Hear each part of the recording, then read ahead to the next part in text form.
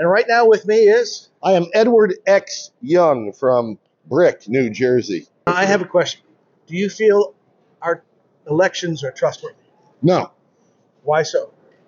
because we saw what happened in the last election, and I live in New Jersey. It's so clear.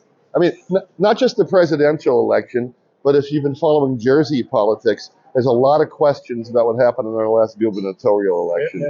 And we can look to other parts of the country. I mean, the worst thing was, the Democrats used this manufactured bioweapon from the Chinese, the Wuhan flu, to stuff ballot boxes.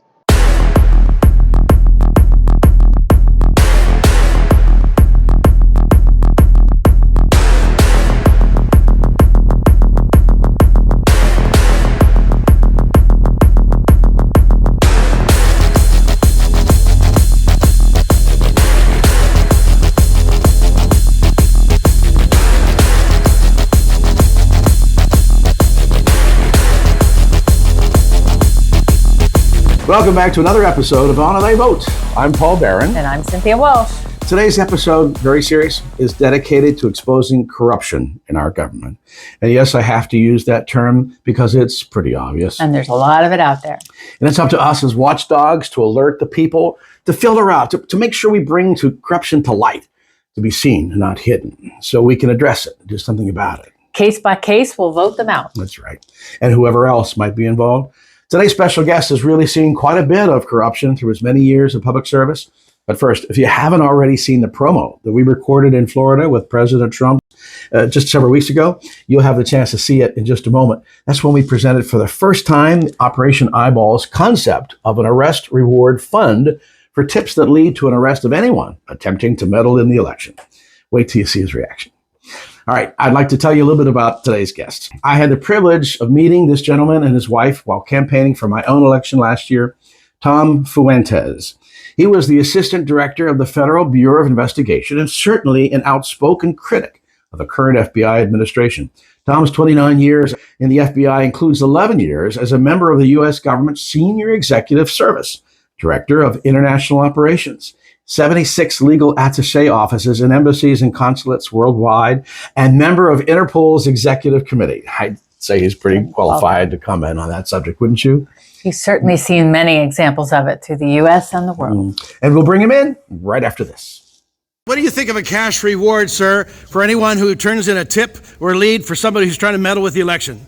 Oh, I love it. Not a cash reward. A cash reward, yeah, for turning in. Right. But they got to go to jail. Yes, sir. Yes, sir. I love the idea. I think it's a great idea. Thank you. You have that? Yeah, I do. Let me have that. Okay. You know what? I've never heard of that, and I think it's a great idea. Help restore fair and honest elections in America. Donate as much as you can. The bigger the reward, the larger the incentive to be honest. Log on to OperationEyeball.com. It's a great idea. Welcome, Tom. Thank you. Glad to be here. Thanks for agreeing to do the show with us. We're going to talk about some pretty sensitive stuff today.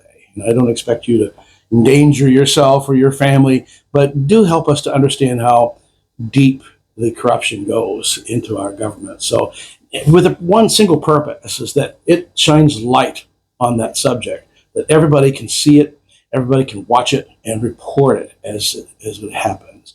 And as the case may be, vote them out of office if that's the case. All right. So thank you again for your support on the campaign, and you and your beautiful wife. I've enjoyed many times with you. But tell the folks a little bit about your background, how when you got started working in the FBI, and just how deep you got into the program. I became a special agent in September of 1979, assigned to my hometown, as luck would have it, originally in Chicago, Illinois. And in Chicago, the first squad I was assigned to was a squad that did everything from truck hijacking, interstate auto theft, criminal activity like that was on a very organized basis. So as a result of working in that program and developing informants in the program, I got more and more involved in the investigation of organized crime in Chicago. And, that's where I really got my start. Later, in my career, I ran the FBI's entire organized crime program. Now, one of the definitions of organized crime is it's criminal activity by two or more people, but it requires the threat of violence and corruption of public officials, whether it's police officers, judges, politicians, the court system, you name it, but that's required for them to do business. That word again. Corruption. So obviously very early, in fact, one of my truck hijacking cases, we had a politician in Chicago intimately involved in it. And I remember I wasn't at his home, but we were serving subpoenas on a number of people involved in that case. And my partner serving a subpoena on him, they handed him the paper and he fell over dead of a heart attack. So, because he was extremely corrupt, and that was going to be widely known later during the trial, and he knew it. He knew that he'd been had. But they did many things that involved corruption like that. One of the ingenious schemes was that they controlled horse racing in Chicago and other places, but in Chicago, what they would do is, in bribing a politician to try to avoid having the evidence come back on them, is that they would take the politician to the racetrack, fix the race that he was going to bet on, and then that horse would win, and he'd make a fortune, and they'd go declare it, go to the window and declare it, and fill out the IRS papers, and he got that money legitimately. Now, what wasn't known at the time was they controlled the people that groomed the horses and fed the horses and all of that. And at a racetrack, all of the horses in the morning run a lap or two around the track, and the people that are going to come up with the odds watch how they do and see how they do it. So they would bring a horse out that would deliberately just run horribly in that morning run, and they'd say, oh, okay, he can't win. It's 100 to 1 against that horse. And then miraculously, when the race came, that horse would win, and then they would be telling the politician, okay, you want to put so much money down on this horse because the odds are astronomical. And sure enough, politician would win a lot of money and then keep it legitimate, go to the IRS window at the racetrack and declare it. And obviously some of that money would go to the taxes, but the great majority of it would go into his pocket. So that was among the other ways of corruption, but very ingenious. The mob in Chicago, as it was called, the mob or the outfit, which was really a mafia family. Now, what differed, Chicago organized crime differed from New York, let's say. When Capone left New York and went to Chicago and later, set up the mafia in Chicago, he was more of an EEO type boss. Now, his family, at the time, you pretty much had to be Sicilian, father or mother had to be Sicilian to get in. Now, he was Neapolitan. His family was from Naples. But in any event, he starts the family in Chicago. But he, instead of fighting with every single ethnic crew in Chicago, the Irish, the Germans, the black, is that he would incorporate them, and they pretty much invented the term street tax. So they would go to the crew that's making money doing whatever, and they'd say, we're well aware that you're doing, gambling, prostitution, other forms of illicit activity. We want a share of it. We want 20%. That's all. You give us 20% and you're free to do what you want. It could be 50%. But that's how they did it. So you had one crew in Chicago, for example, was a Jewish crew run by a guy named Lenny Patrick. One of his members of the crew was a young up-and-coming guy named Jacob Rubenstein, later known as Jack Ruby, after the Kennedy assassination. But that's what they did, is they incorporate. Now, the one group that they weren't able to strike that kind of a deal with was the Irish, and that the way they conquered them was through the St. Valentine's Day Massacre. So they killed off most of them. The boss of it ran away. He left that. Pretty much let Capone then have Chicago. But that's an example. But they had, the mayors, the governors, the prosecutors, you name it, under their control. And that's why that kind of corruption was just so extensive in a place like Chicago, and then later other cities as well. But Chicago was more familiar to me because of my first 10 years in the FBI was in Chicago. Now, I'm glad you brought up Jack Ruby because we're going to talk about the assassination of JFK here in a few moments. But tell us, when you left the FBI, how far up the ladder you got? Assistant director. Under Mueller. Mueller was the director. Now, one of the things that separates the FBI in other countries, and I later ran the international program my last 5 years in the Bureau as an assistant director of international operations. Foreign countries, they have the head of an agency might be the director general. And then assistant directors, that you would have the director of organized crime, the director of whatever classification it was. In the FBI, you have the assistant director, or you have director, in that case, Mueller at the time that I became an assistant director. And then an assistant director is an assistant to Mueller. So when I ran the organized crime program for 5 years prior to going over to the international operations, at that time, when I would be introduced internationally as the assistant director of organized crime, then people would go, well, I want to talk to the director of the organized crime program. We'd have to explain that the assistant director of the organized crime or white collar crime or terrorism, whatever it might be, is actually the person running the program. The director of that program. You mentioned Bob Mueller, and of course we all know him because of the Mueller report, and you know him certainly more intimately than we do. But tell us about Jim Comey. Yeah, I think Comey starts the demise of the FBI to where it is today. Now, some say maybe even Mueller, or the results of 9/11, that the FBI has to become a more intelligence-driven program, and the fact was, running the organized crime program prior to 9/11, it wasn't intelligence-driven. We had intelligence analysts that when somebody got murdered, they pretty well knew who did it and why. So anyway, the organized crime program of the Bureau was heavily intelligence-driven. Intelligence analysts that in almost every major investigation, a number of analysts were assigned to work with the investigative agents. Now, part of that reason was that the management program of the FBI, as you were moving up the chain, you typically didn't have one job for more than a couple of years and then got moved over to another one or put in charge of a field office or something. But the analysts were there for the long run.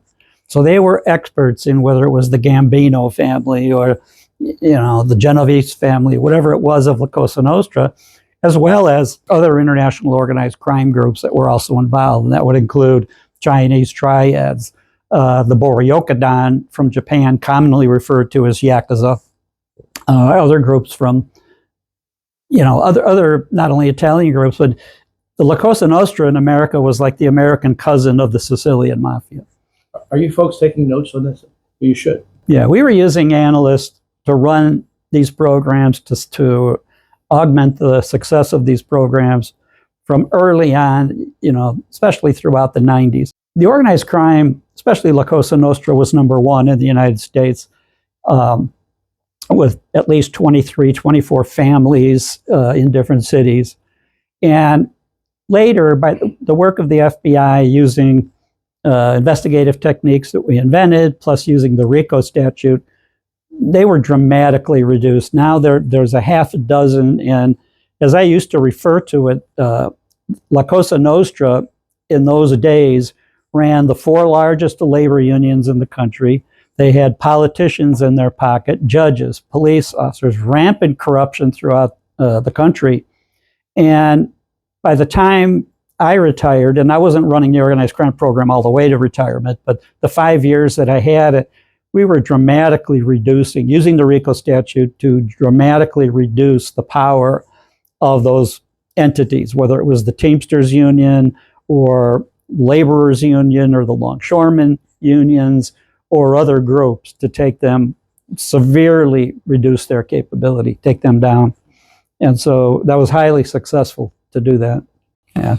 Now, all right, if you have all of this experience and you know all these examples, then it's easy for you to look at the situation that we're facing today and see some parallels there. Can you describe what your vision might be? The parallel I see today, and this will really make some people angry, but I look at the Democratic Party as being an organized crime group right now, very much like La Cosa Nostra used to be.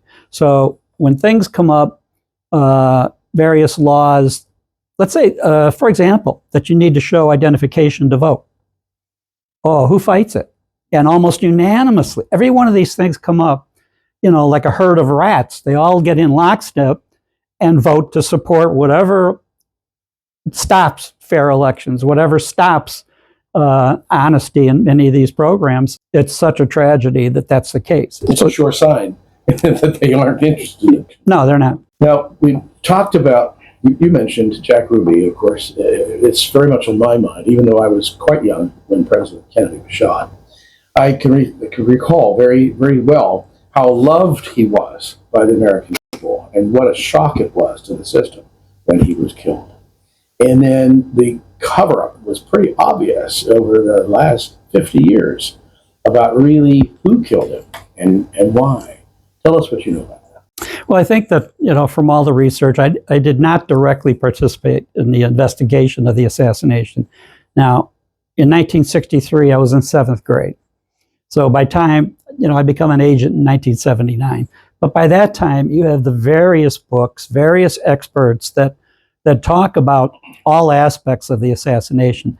Now, later, when I run the organized crime program, those 5 years, is when I realized how much of an enemy Kennedy made of them. Now, this goes back to, in 1960, Joseph P. Kennedy, the father of JFK, he approaches Giancana in Chicago, the boss of the Chicago La Cosa Nostra, basically promises him, you help my son get elected, and I could promise you that he'll call off all of these, investigations. He'll leave you alone. You'll be able to prosper.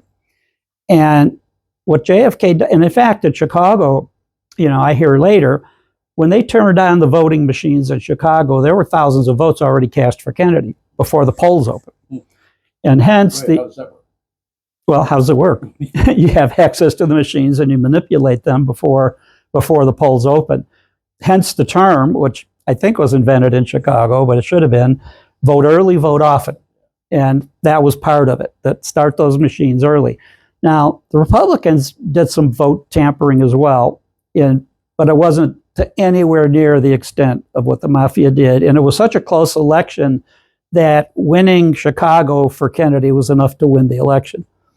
Now later, Nixon, was advised that, they threw the election, they cheated, they did this. He did not want to contest it based on, he actually respected JFK.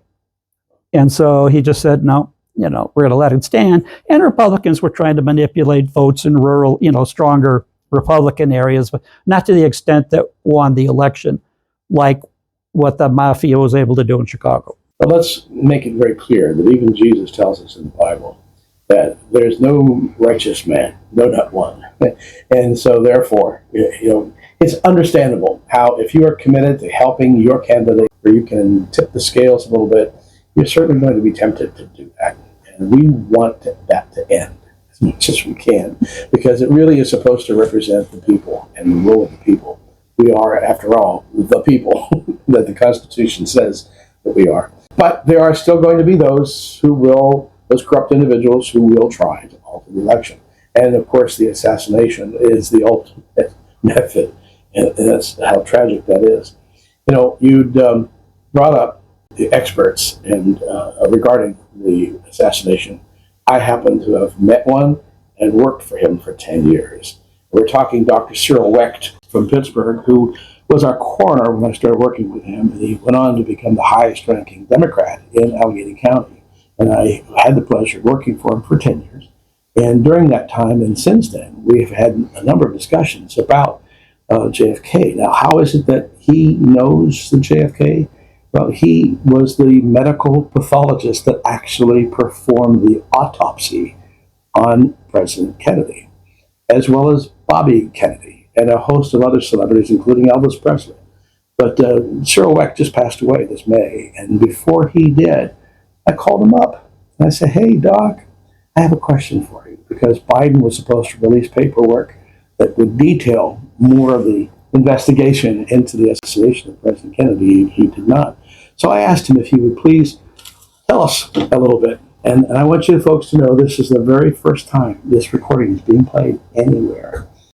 You obviously know a great deal about the assassination of President Kennedy. Now, recently, there's been some documents. Well, I was disappointed that President Biden again withheld documents. They should have been released late November, early December, and once again they're holding back. I feel, as I've always felt, that this is abominable. It is indefensible. It is totally illogical. If you buy the Warren Commission report that one man, Lee Harvey Oswald, was responsible for the assassination from beginning to end, then how in the world could that have any possible effect on our national security or safety, which is what they argue. To release information now would in some way potentially harm or compromise our national safety. How? I want somebody to explain that to me. But more breakthroughs are coming, little bits here and there. There's just no question at all that some governmental related people were responsible for this. Exactly who, the CIA or the military, but there was a fearful distrust and dismay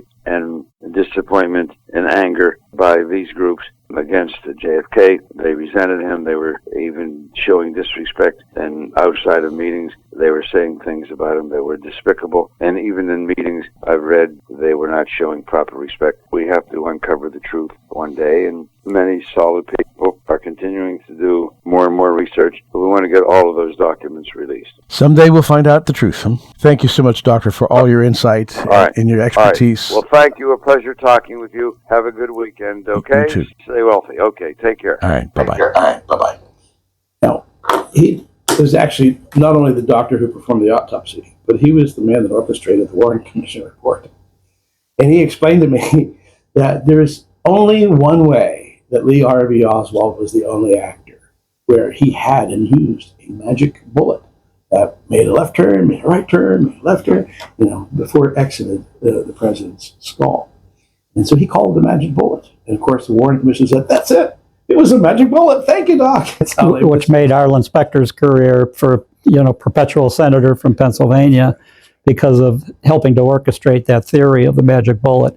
They needed the magic bullet because the number of shots fired and the amount of damage done to President Kennedy and John Connally required one of the bullets to do 90% of the damage. And anybody familiar with firearms or ballistics knows that when they test those bullets and it hits bone, it hits, an obstruction in the body, it deforms, it gets mangled and all of that. And the magic in the magic bullet was that it was so pristine. It had like a couple of grams. And later, there was a movement to try to pull John Connally's body out and re-examine it after he was buried, because the theory was that in his body, because there were more grams of lead in his body, embedded in the various bones that were hit, from the ribs to his wrist, into his leg, that was more than what was missing from the magic bullet. So it had to be and his wife Nellie said, no, you're not gonna tamper with his body, so that it wasn't done. But the theory of ballistic experts was that he had more lead in his body than was, than the bullet. So, well, we don't have to look back very far to see other examples of assassination attempts. How do you feel about those attempts? Were they lone actors, do you think? Well, my opinion is that I doubt it, but we need to see proof, and I don't know that the FBI will be diligent enough in the modern era, during the Biden administration in particular, to really try to get to the bottom of what these people did.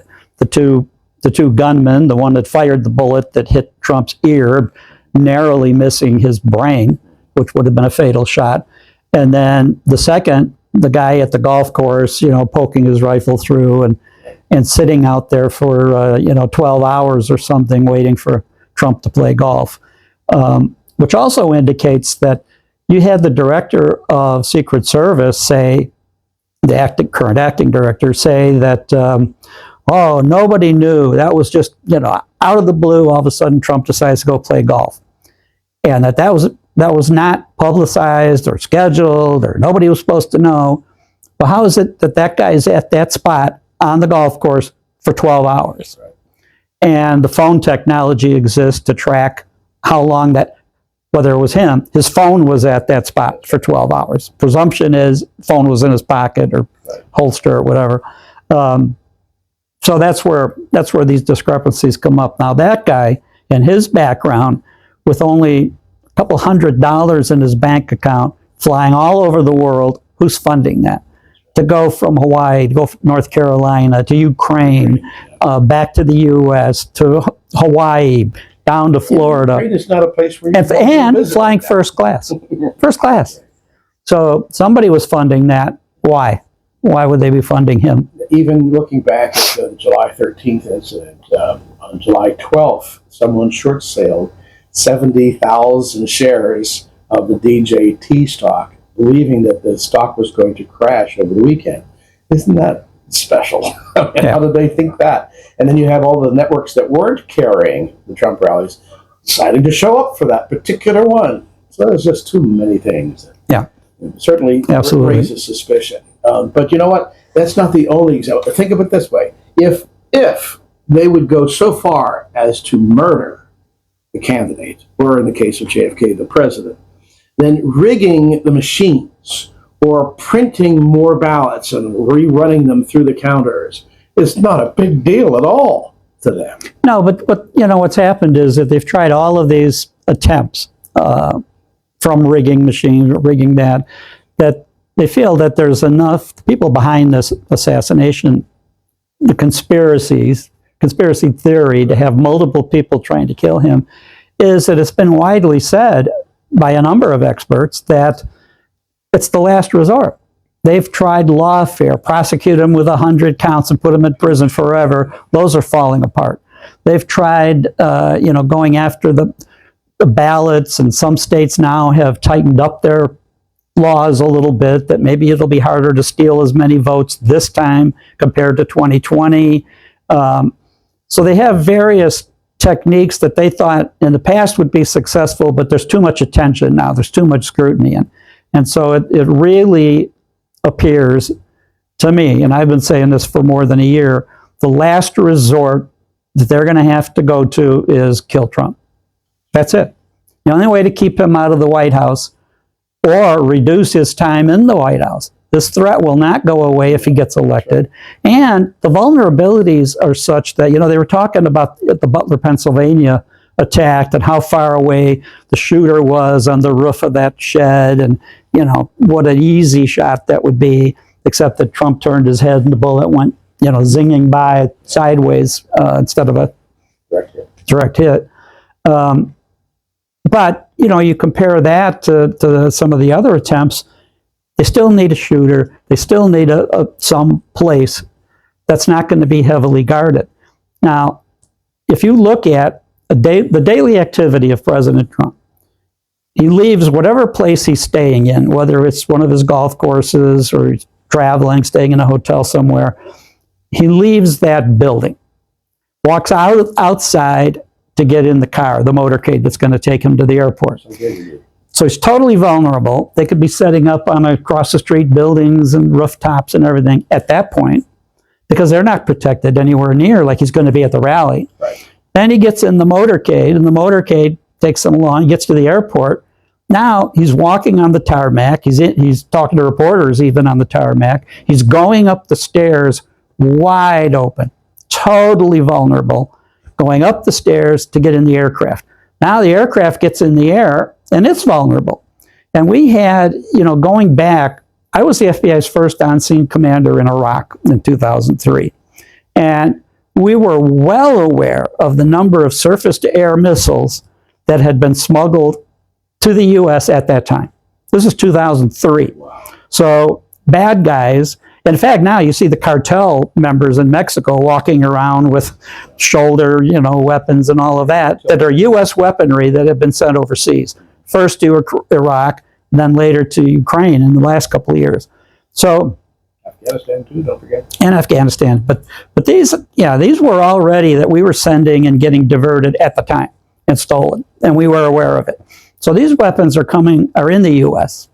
The terrorists, criminals, you name it, they have these in abundance in the United States. Now, after after the original Russia invasion of Soviet Union of Afghanistan, the United States supplied the Mujahideen, essentially bin Laden, 1,000 Stinger missiles. So shoulder fired. And the reason that was one of the times in history that a single weapon helped bring down a war. Because Afghanistan, the terrain is such that it was all by helicopter, kind of like Vietnam was for the U.S. back in the day.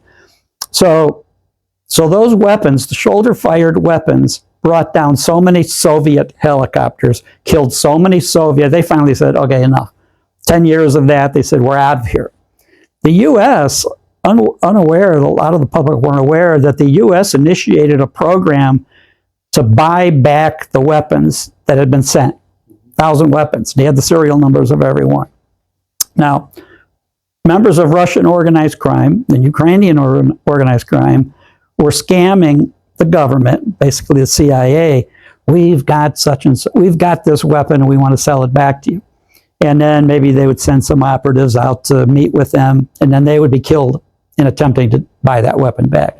Now, on one occasion, and these were gangsters that we were investigating in our organized crime program. One of the lead gangsters, named Mogilevich, contacts the CIA and says, I've got these 2 missiles. And he gives them the numbers, serial numbers. And so they try to match that up. And the sequencing of it, kind of like the number on your car, where the letters are, where the numbers are, and all that are at a particular place. And it looked like he had his hands on 2 of these missile launchers. So he was attempting to ambush CIA that would come to meet with him and try to get those weapons back and pay the money. Now, what happens then is, I remember it was a Friday afternoon, I'm at FBI headquarters, I get called to immediately get to Langley, and we're going to have this big meeting about this offer that Mogilevich is making on these weapons.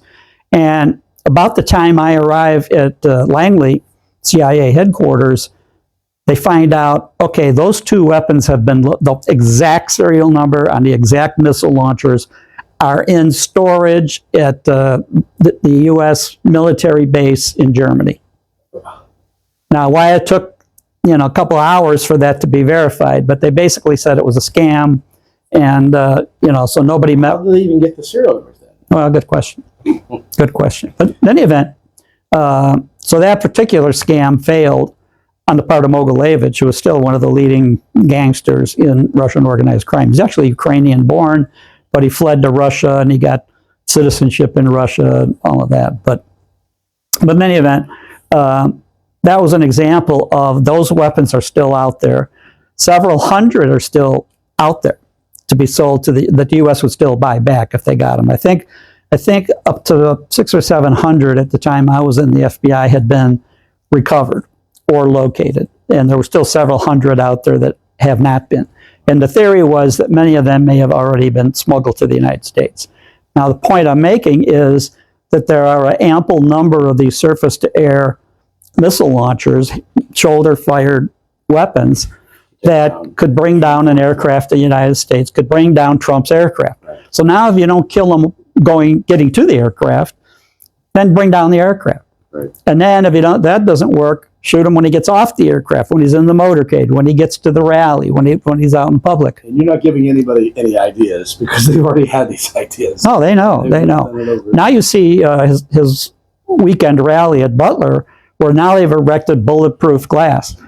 But you notice Trump doesn't stay behind that glass. Right. He goes out and he's, doing his dancing and, waving to the crowd and pointing to people in the audience. So there's just not 100% foolproof. One of the things that, that I've been saying, this time, normally the selection for vice president, it's not that big a deal.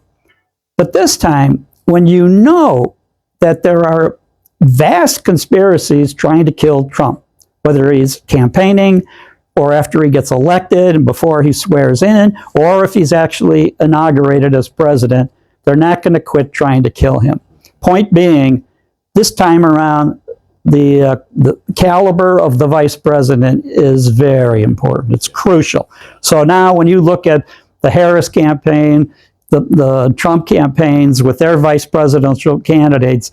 That's why that debate between J.D. Vance and Tim Walz was so important, to highlight you could be looking at the next president. And in the case of J.D. Vance, Trump is only able to run for one more term.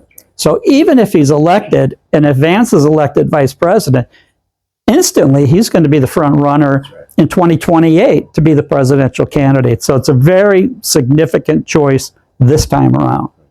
I've been hearing my phone go off. There are folks out there who want to ask you some questions. So we're going to take a real quick break. And right when we come back, I'll let my co-host join us as well. Okay? Okay. This year's presidential election is most critical for the survival of our nation. Only with extreme scrutiny by American people can we be assured our elections are true and honest. Be very watchful at all levels of government. Let those individuals responsible for counting and reporting votes know in no uncertain terms that any suspicious activity will be immediately reported to the authorities and posted online. Please visit Operation Eyeball to see all the many ways elections have been altered by malicious actors right before our eyes. We cannot rely on conventional law enforcement channels to catch all these criminals and bring them to justice. We are all called to action. We need to be vigilant and watchful. Go to OperationEyeball.com. Keep in mind, it is illegal for non-citizens to vote anywhere in the United States in a federal election. Come to Operation Eyeball, offer your tips and suggestions. There is a reward for any tips that lead to the arrest and conviction of anyone attempting to alter the election illegally. Go to OperationEyeball.com. Welcome back to Honor Thy Vote, and with us is Tom Fuentes, former FBI and a critic of the FBI, I admit that. Tom, you spoke very eloquently when we gathered for a press conference when I was running for office here in Fairfax County. You feel that this country, if we're not careful about who we vote for, is moving towards a Marxist regime. Absolutely. On that. Well, first of all, the movement of Marxism in the United States goes back more than 100 years. In the earliest 20th century, you have Karl Marx, actually in the 19th century, in a library in London, write the Communist Manifesto. So it starts picking up supporters. Later, as we knew, the 1917 revolution that led to the communists taking over in the Soviet Union. But in the United States, at the same time, you had individuals who were Marxists trying to run for office, trying to get popular. And then actually that led in 1908 to the creation of the Bureau of Investigation to fight that. Everybody thinks the FBI was, to go after gangsters, John Dillinger and Babyface Nelson. It actually began not to investigate criminal activity, but political activity of Marxists in the United States. And then later in the 20s, when you start having the gangster era and them running wild, is when the FBI then gets authorized. Federal laws are passed for the FBI to go after them. Laws are passed to arm the FBI, and that's when they begin, having machine guns and weaponry to go after, because the bad guys had machine guns. So the Marxist movement initially, is already started. And later what I think happens, and a number of scholars have written on this, and people that I think did great research. Mark Levin, writing about American communism and Marxism in the U.S. What they're saying basically is that in the post-World War II era, you have Marxists starting to teach students in college, later high school. But the theory was that those students, when they get out of college and they get a job in the real world, they straighten out. They abandon that. No, they go back to supporting companies and organizations that are built on meritocracies as a point of, these other things that they've come up with. Now, what happens is that a lot of those students graduate, get into the real world, supposedly, and don't become converted to capitalism or to renounce what they had learned, but then they get jobs in companies and adopt it, become woke. Then they get jobs in colleges perpetuating it, teaching more of it. The jobs are teaching the wokeness also, so it doesn't go away. Right. So that's what happens. It becomes more adopted. Let's put it that way. And now you see the effects of that. The U.S. military, the wokeness in the military, they can't recruit as a result of it. just in a number of areas, politically and otherwise, that the rise of Marxism in the United States is very evident. And if you look at the campaign, let's say, of Kamala Harris, she's absolutely, right now she's trying to, I'm not against fracking, or and it's basically everything that she has said for 15 years publicly, and especially as vice president. She's basically reneging on that and saying, oh no, this is what I really believe. And she doesn't. You know that she's lying and that she's going to return right back to her socialist roots or communist roots. And, and that's the danger that we're in, is that a number of these people, and I think that what they're doing to try to basically ensure the survival of this Marxist movement, socialist movement, is then manipulate the laws or prevent laws from being changed, which would fight them, especially with regard to elections. That really the cornerstone of the U.S. democracy has been, going back to the founding fathers, that the public will know best, voters will know best, but they need to be educated by a free media, free press. And then, and now exactly, we don't have the free press anymore, so that's propaganda. And so you don't have the counterweight against these Marxist teachings, these socialist teachings. And one of the interesting things to me is that this country is not just built on capitalism and patriotism, but an essential element is meritocracy. That anybody can grow up to be president if they work hard and if they're the best. So whatever organization you join, if you're the best in that organization, you can rise up to the top of it. Anybody can rise up to that. But now what they've done is they've taken away merit and put in, what color is your skin?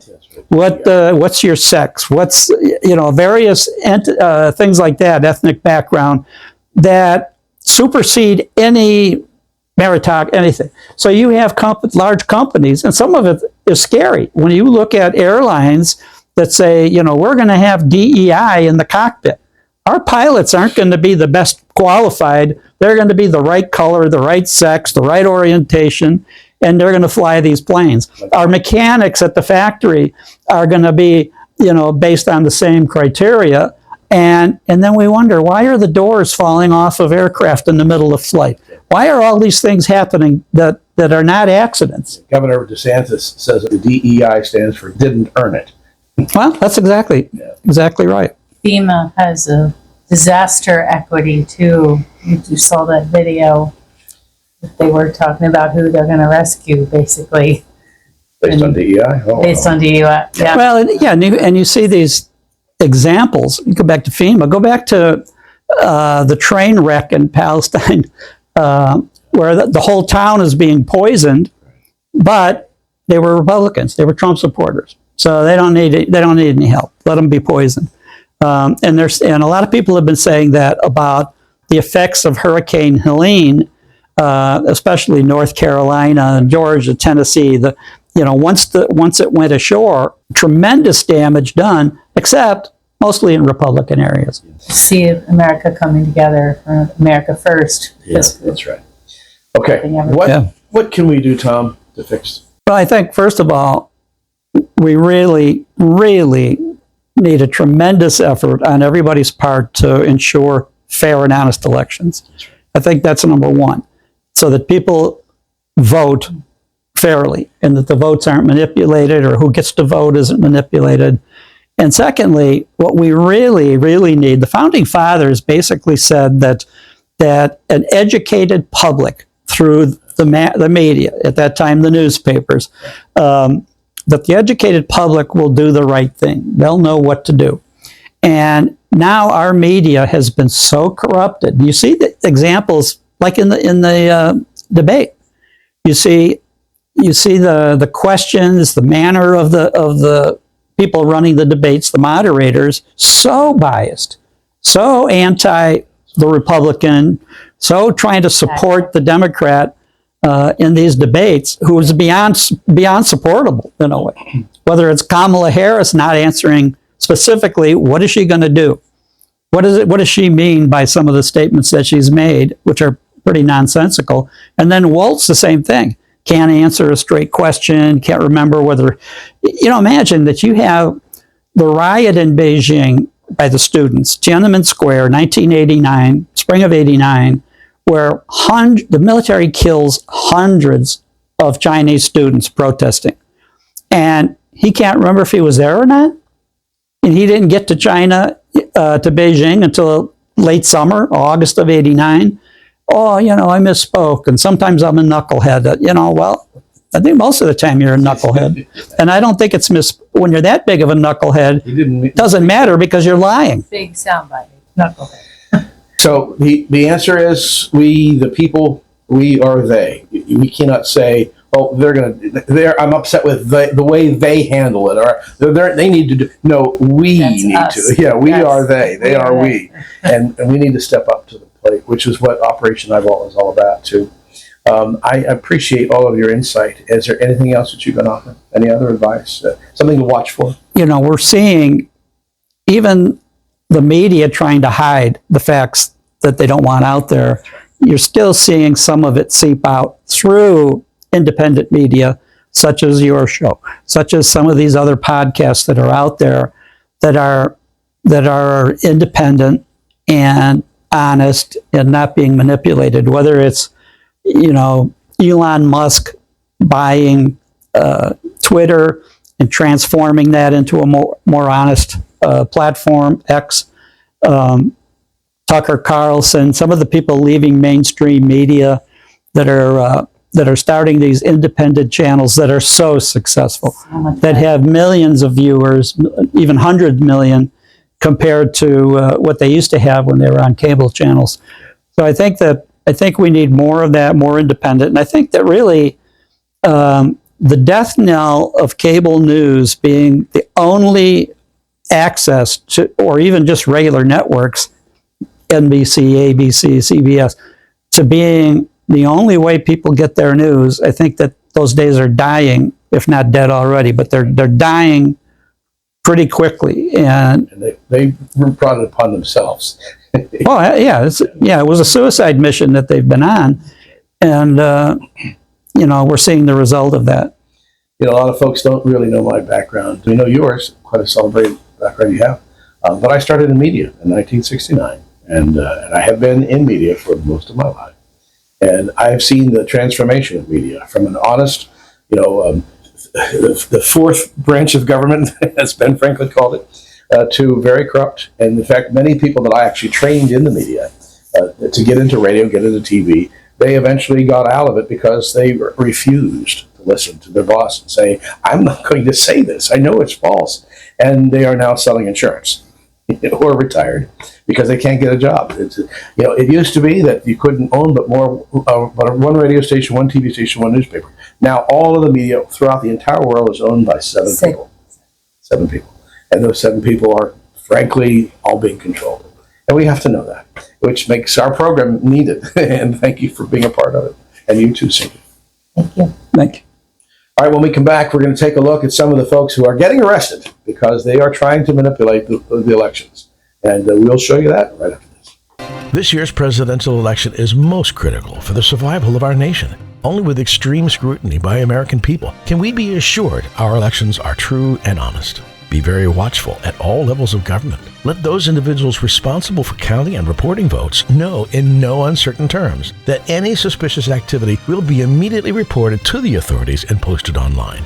Please visit Operation Eyeball to see all the many ways elections have been altered by malicious actors right before our eyes. We cannot rely on conventional law enforcement channels to catch all these criminals and bring them to justice. We are all called to action. We need to be vigilant and watchful.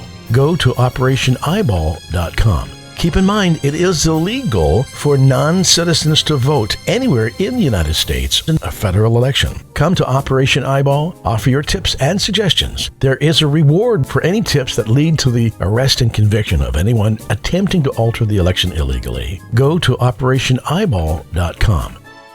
Tom Fuentes was quite the guest speaker. He was. Yeah, he's an amazing man. All the stories he has. And, So many stories. and the experience, and bless he and his wife they've been through a lot too. I want to, speaking of been through a lot, I want to say a prayer for the folks who are in North Carolina and in Georgia and in Florida and dealing with the most horrendous weather conditions. It's really the current day Katrina situation. The news coming out of there is very sporadic because the electricity hasn't been restored for many of the areas. But the news that is coming out is not good. They're looking at potentially thousands of people have died. It was just hundreds yesterday. They're just lost. And they have and their homes have slid off into the ocean or into the rivers. It's just, it's a terrible, terrible devastation. And there's no water, there's no electricity, no food. How long can these people last? Coupled with a bag of chips and water. That's the only food they had. And I understand FEMA is slow at responding. And FEMA was turning people away. People were coming to rescue them. They say, don't say that or they won't let you in. Yeah, we have to be careful because we want them to do the best job. We really do. We don't want to in any way discourage them because these are people who are really putting their lives at risk too. People with trucks and helicopters really amazing people. Do whatever you can to support the folks in North Carolina and also in Florida, because Florida is facing yet another hurricane. Hurricane Directly Milton. through. Headed towards Sarasota, I understand. Yes. So let's pray real quick. Dear Lord, please protect our brothers and sisters who are in Florida, Georgia, North Carolina, South Carolina. Please help them weather the storm, help them restore their lives, and help them to vote. It's important that we need them. We really need their votes. We need them to step up, and we need them to be healthy. Dear Lord, you are still on the throne. You are in control of the weather, and you are in control of everything, all the aspects of our lives. We know that, and we respect that, and we pray that you help those folks to get through it as quickly as possible, as healthy as possible, and to help restore their lives and become good and restore their lives as good Americans. We need your help, dear Lord, to get our country restored. And in Jesus' name we pray. Amen. Amen. I also wish to thank the Tom Fitton Judicial Watch Information for feeding us data as well as Heritage. We encourage that you take a look at those websites. But the important things to remember. I love Tom Fitton. Yeah. Yes. Important things to remember. Ready? Citizens vote, non-citizens don't. Okay? Put that on a t-shirt, put that on a sign, put that out at the polls, the libraries. So you do it again. Citizens vote, non-citizens don't. Okay? And then if you are in the voting polls voting for our beloved President 45, then I suggest that you do this. Trumpet for Trump. Okay? As you're leaving the parking lot, lay on the horn. Let everybody know. Give courage to those folks who are standing in line. Honk your horn. Honk for Trump. Trumpet for Trump. Trumpet for Trump. That's right. And until next time, we'll see you. See you. Bye-bye.